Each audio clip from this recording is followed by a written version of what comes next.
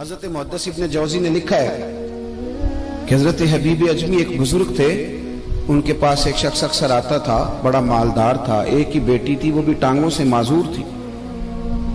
تو آپ اکثر اس کو کہتے ہیں کہ تو توبہ کر، اللہ کی بارگاہ میں رجوع کر۔ ایک وقت ایسا آتا ہے کہ پھر انسان کا جب کوئی اپنا نہیں رہتا پھر اسے مصلی یاد آتا ہے، لیکن اگر مصلی کی عادت بچپن سے پڑ جائے نا تو پھر ذرا آسان ہوتا ہے اللہ سے دل لگانا۔ وہ اکثر آپ اس کو کہتے ہیں کہ ٹھیک ہو جائے کہ تو بیٹی ہے، وہ بھی بیچاری معذور ہے، تو کہاں دولت لے جائے۔ آج کرتا ہوں، ہم تاریخیں دیتے رہتے ہیں نا اللہ تعالیٰ کو معاذ اللہ کہ رمضان سے میں نے نیک ہو جانا ہے، عمرہ کر کے آؤں گا تو پھر میں پکا نمازی ہوں۔ خدا کے بندو، کس نے تجھے بتایا کہ رمضان تک تو زندہ رہے گا؟ کس نے خبر کی کہ عمرہ کرنے تک تو بچے گا؟ حضرت حبیب اجمی اس کو کہتے تو کہتا بڑی جلدی ٹھیک ہو جاؤں گا۔ ایک دن سویرے سویرے توبہ کرنے آ گیا۔ آپ نے فرمایا کیا ہوا؟ تو کہنے لگا حضرت جی کل ایک 15 سال کا نوجوان ملا ہے اور مجھے توبہ کرا گیا۔ مزہ ہی اس عمر میں اللہ اللہ کرنے کا، نبی کریم سے محبت بھی کرنی ہو تو یہی عمر ہے۔ عشق لگا سی کھیڈاں کھیڈ دی نوں تے پھر مینوں کھیڈاں بھول دیاں بھول گئیاں، کجل پایا سی میں یار دے ویکھنے نوں پھر او دی یاد وچ روندیاں ہی ڈول گئیاں۔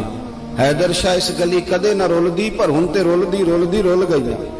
جن لوگوں نے ابو جہل کو قتل کیا تھا ان کی عمر بھی 15 سال تھی۔ ہم تو بڑے ہی نہیں نہ ہوتے ساری زندگی، نہ ہمیں کو بڑا ہونے دیتا ہے، ہم بڑے ہی نہیں ہوتے، یہ تو عمر ہے کچھ کر گزرنے کی۔ 15 سال کا نوجوان توبہ کرا گیا تو حضرت حبیب اجمی کہنے لگے وہ کیسے؟ کہنے لگا حضرت جی میں کل منڈی گیا تھا، مجھے کچھ سامان خریدنا تھا، تو بغداد کے بازار سے میں نے مچھلی خرید لی 10 کلو، باقی بھی سامان تب خود لے جا نہیں سکتا تھا۔ تو مزدور آپ کو پتہ ہے بیچارے آج بھی سڑکوں پہ بیٹھے ہیں، تو مزدور بیٹھے تھے تو ان میں ایک نوجوان 14-15 سال کا، چہرے پہ بڑی روشنی۔ میں نے اس کو کہا بیٹے مزدوری کرو گے؟ کہنے لگا حضور مزدوری بھی کرتا ہوں پڑھائی بھی کرتا ہوں، اور جو اللہ کو منظور ہو اس کی عبادت بھی کرتا ہوں۔ میں نے اسے کہا کہ یہ میرا سامان ہے فلاں جگہ پہنچانا ہے، کیا لوگے؟ کہنے لگا 3 دینار مزدوری۔ سودا طے ہو گیا، اس نے سامان اٹھا لیا۔ کہتے ہیں رستے میں ظہر کا وقت ہو گیا، کہنے لگا چچا اگر اجازت دو تو نماز پڑھ دوں۔ 15 سال کا جواب۔ کہتے میں رکھ کے نا وہاں سامان تو پھٹے پہ بیٹھ گیا، وہ نماز پڑھنے چلا گیا، باقی لوگ دیر سے آئے، وہ بچہ جلدی آ گیا۔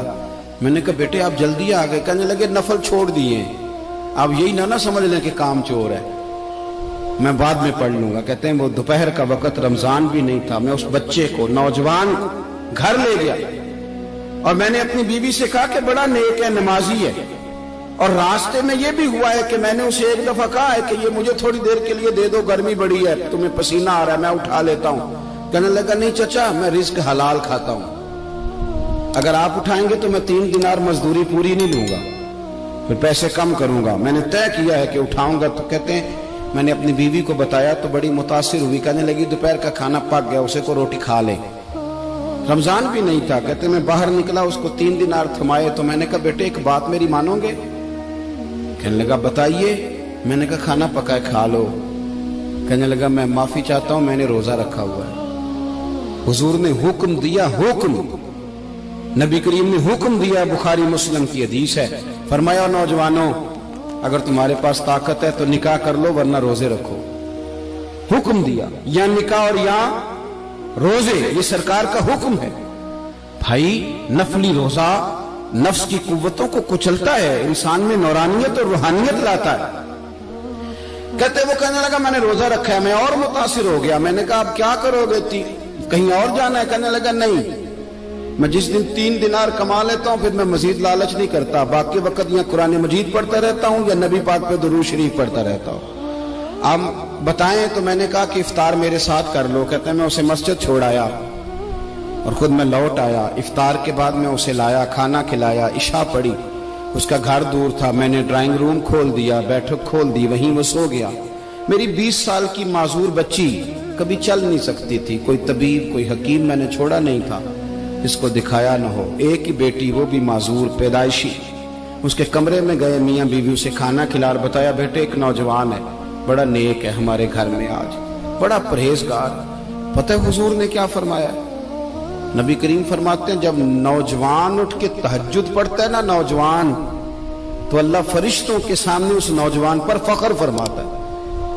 اللہ فخر کرتا ہے کہ عمر دیکھو اور دیکھو یہ میری بارگاہ. اللہ فخر کرتا ہے, اللہ یعنی خدا خود میرے مجلس بود, اللہ فخر کرتا ہے. اب سوچیں, تو ہم نے اپنی بیٹی کو بتایا کہ نوجوان اور بڑا نیک ہے, تو کہتے ہیں وہ کھانا کھلا کے ہم واپس آ گئے. آدھی رات کا وقت ہوا تو دروازے پہ دستک ہوئی. بچی اپنے کمرے میں سو رہی تھی, ہم اپنے کمرے میں, وہ بیٹھک میں. گھبرا کے اٹھے کہ اس وقت کون ہے دروازے پہ؟ تو بیٹی کہنے لگی ابا دروازہ تو کھولنا. کہتے ہیں دروازہ کھولا تو 20 سال ہو گئے تھے بیٹی کو, کبھی اس نے چل کے نہیں دکھایا تھا, کبھی دوڑ کے ادھر جاتی, کبھی ادھر آتی. کہتی ہے الحمدللہ اللہ نے میری ٹانگیں ٹھیک کر دی. ہم دونوں رونے لگے, اے اللہ تو کتنا کریم ہے, کیسے ہوا بیٹے سارا کچھ؟ بیٹی کہنے لگی ابا آپ نے کہا تھا نا کہ نیک نوجوان آیا ہے, تو میرے دل میں خیال آیا اللہ اگر واقعی نیک ہے تو اس کے صدقے مجھے شفا ہی دے دے. یا ایھا الذین آمنوا اتقوا اللہ وابتغوا الیہ الوسیلہ. تو کہنے لگی ابھی میری دعا بھی پوری نہیں ہوئی تو رب کریم نے فضل کیا ہے اور مجھے شفا عطا کر دی.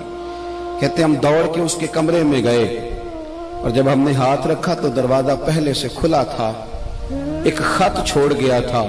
آج کل کے پیر کی کرامت ہوتی تو فیس بک پہ دے دیتا, باقیوں کو بھی ذرا بھول پتہ چلے.